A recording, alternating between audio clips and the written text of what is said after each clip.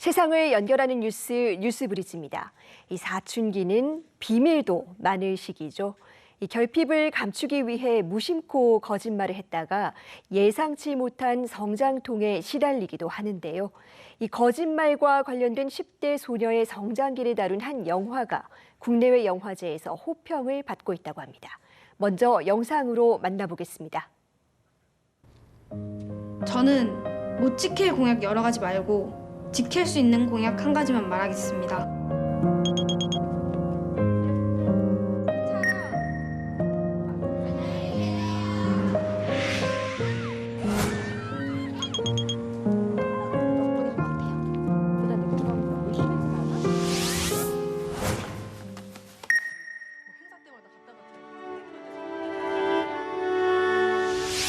그리고 웬 시장? 우리 아빠 회사 다니는데?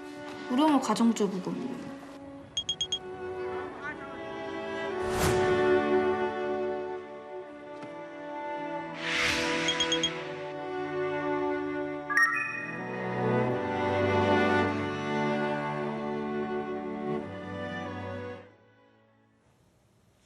영화 비밀의 언덕의 이지은 감독과 더 자세한 이야기 나눠보겠습니다. 감독님 어서 오세요. 안녕하세요.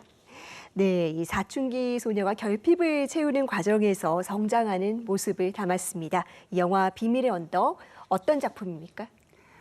비밀의 언덕은 12살의 섬세하고 감수성이 풍부한 명은이라는 주인공이 글쓰기를 통해 숨기고 싶었던 진실과 마주하면서 성장하는 이야기입니다.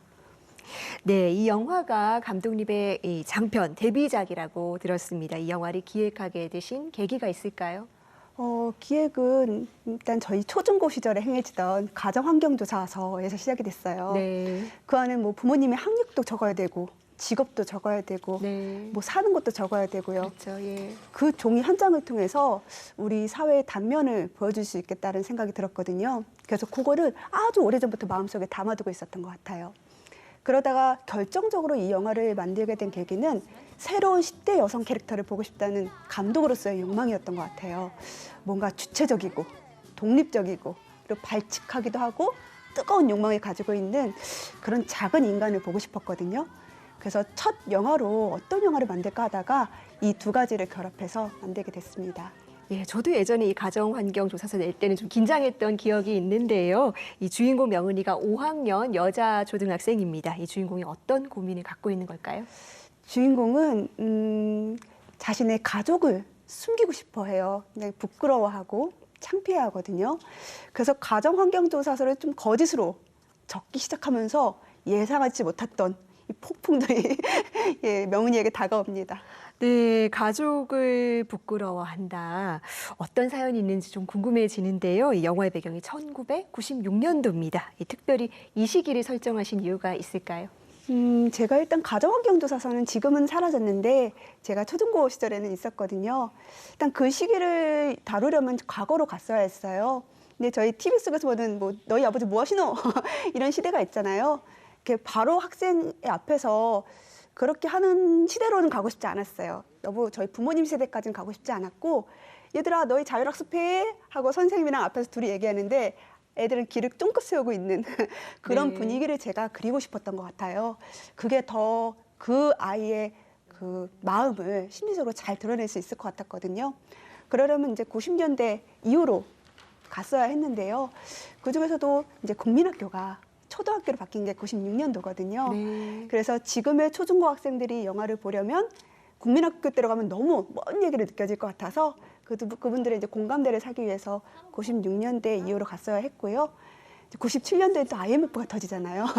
근데 저희는 영화는 이제 직업을 다루고 있기 때문에 IMF까지 이제 들어오면은 조금 복잡하고 다른 결의 이야기가 될 것 같았어요. 그래서 하나 남은 96년대를 배경으로 하게 됐습니다. 네, 어떤 시대적 배경과 장치도 굉장히 정교하게 설정됐다는 생각이 드는데요. 이 영화 속 교실 속 아이들의 분위기라든지 또 명은이의 감정도 굉장히 사실적으로 그려졌다는 평을 받고 있습니다. 이 영화를 만드실 때 참고하신 어떤 인물도 있으실까요? 일단 명은이는 제가 이상으로 꿈꾸던 인물이었던 것 같아요. 아, 제가 보고 싶은 인물. 그런데 그런 허구적 인물을 좀 리얼함을 부여하기 위해서는 제 자신의 경험이라든가 뭐 습관, 취향 같은 것들이 굉장히 많이 투영이 된 것 같아요. 그리고 또 하나는 제가 초등학교에서 예술 강사를 하면서 초등학생들을 만날 기회들이 있었어요. 그래서 지금의 학교와 그때 96년대 학교의 학생들이 같을까? 통용되는 부분이 있을까? 그거를 끊임없이 비교를 했던 것 같아요. 그렇게 검증이 끝난 후에는 저희 영화의 명은이 주인공이 문승아 배우가 당시 초등학생이었거든요. 그래서 같이 이게 요즘 가능할까? 그래서 많은 대화를 나누면서 이 명은이라는 인물을 굉장히 리얼한 인물로 그려갔던 것 같습니다. 네, 굉장히 촘촘하게 그려진 인물이란 생각이 듭니다. 이 영화를 찍으시면서 또 가장 신경 쓰신 부분이 있다면 무엇일까요? 제가 이번 영화를 통해서 12살의 작은 인간을 그리고 싶었거든요. 그 아이라는 프레임을 떼고요. 한 여성으로서, 그리고 그보다 더 나아간 한 인간으로서 좀 미화되지 않은 굉장히 내면이 복잡한 그런 인간을 그리고 싶었어요. 그래서 저희 모든 것을 다루면서 제가 제일 많이 했던 얘기가 인간 그 자체로 그리고 싶다. 예, 그렇게 접근을 했던 것 같습니다. 네, 해외 여러 영화제에서도 호평을 받았다고 들었습니다. 이 나라와 문화는 다르지만 이렇게 여러 문화권에서 이 영화에 공감할 수 있었던 이유는 뭐라고 보실까요? 아마도 환경도 다를 것이고 언어도 다를 것이고 문화도 다르잖아요. 근데 신기한 게 주인공의 감정에는 공감을 많이 해주셨던 것 같아요. 그러니까 어떤 그런 편견에 대한 것이나 그런 것에 대해서도 보편성을 얻을 수 있었던 것 같고요. 특히 주인공이 지나온 모든 감정들이 그런 것들에 대해서는 문화가 다르더라도 결국 인간은 같잖아요. 그런 거에 공감을 많이 해주시지 않았나 싶습니다. 예, 결국 명은이가 거짓말을 할 수밖에 없었던 이유도 사랑받고 싶어서 이런 욕망이 자리하고 있었을 텐데요. 지금도 명은이처럼 가족에 대해서 고민하고 또 다른 가족들을 끝없이 부러워하는 친구들이 있을 것 같습니다. 어떤 이야기 해주시고 싶습니까? 그러니까 제가 영화를 좋아하는 이유가요. 주인공은 저희에게 조언을 하지 않고 몸소 거기에서 본인의 경험을 보여주거든요. 네. 아마도 같은 고민을 가지고 있는 관객분들은 명은이가 치열하게 아마 그 안에서 어떤 경험들을 하는데요. 그 모습을 보고 위로를 받을 수 있고 그리고 스스로 답을 찾을 수 있지 않을까 생각을 합니다. 예, 극 중에 명은이가 참 주체적이기도 하고 무엇이든 또 잘하고 싶은 욕심이 많은 친구입니다. 명은이가 어떤 어른으로 자랄 거라고 생각하시는지요? 그때의 명은이들이 지금은 아마 30, 40대가 되어 있을 겁니다. 네. 전국 각지에서 부모님이 되셨을 수도 있고 직업을 얻어서 사회인이 되셨을 수도 있는데요.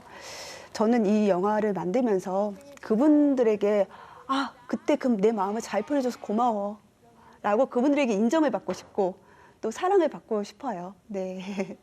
마지막으로 이 영화를 보실 관객들에게 전하고 싶으신 말씀이 있으실까요? 이 영화를 보시고요. 너도 그랬어? 나도 그랬어 하면서 극장을 나오시면서 굉장히 많은 수다를 떨 수 있는 그런 영화가 됐으면 좋겠습니다.